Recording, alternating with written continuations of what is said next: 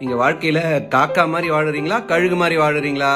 என் மொட்டை மாடியில இருந்து டெய்லி நான் பாக்குற ஒரு இன்ட்ரெஸ்டிங்கான ஒரு சீன் என்ன அப்படின்னா, கழுகு மேல பறந்துகிட்டே இருக்கும். அந்த கழுக கொத்தி துரத்தக்கூடிய ஒரு பறவை என்னன்னா காக்கா. அதே பார்த்தாலும் துரத்தி குத்திக்கிட்டே இருக்குமா, பின்னாடி போய் எதை குத்தி குத்தி குத்தி அதோட ஏதாவது சீண்டிக்கிட்டே இருக்குமா.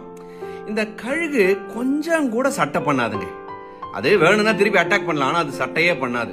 அது என்ன பண்ணும் அப்படின்னா, மேல உயர்ந்துகிட்டே போகுமா, மேல ஹைட்டாக மேல ஏறிக்கிட்டே போகும். ஒரு பர்டிகுலர் ஹைட் வந்ததுக்கு அப்புறமா அந்த காக்காவால் மூச்சு விட முடியாம நிறைய காக்காக்கள் செத்து போயிடும், இல்லைன்னா கீழே விழுந்துருமா. ஸோ இது ஏன் சொல்றேன் அப்படின்னா, நம்ம வாழ்க்கையில் நிறைய பேர் இந்த காக்கா மாதிரி நம்மள சீண்டிக்கிட்டே இருக்காங்க, கொத்திக்கிட்டே இருக்காங்க. நம்ம எது பண்ணாலும் அதுல குறை சொல்லிக்கிட்டே இருப்பாங்க.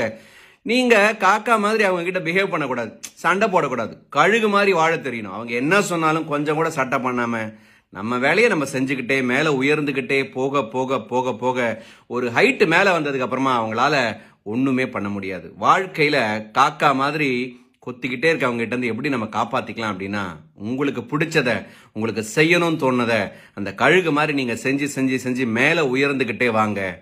தேவையில்லாதவங்களாம் நம்ம வாழ்க்கையிலேருந்து விலகி போய்கிட்டே இருப்பாங்க.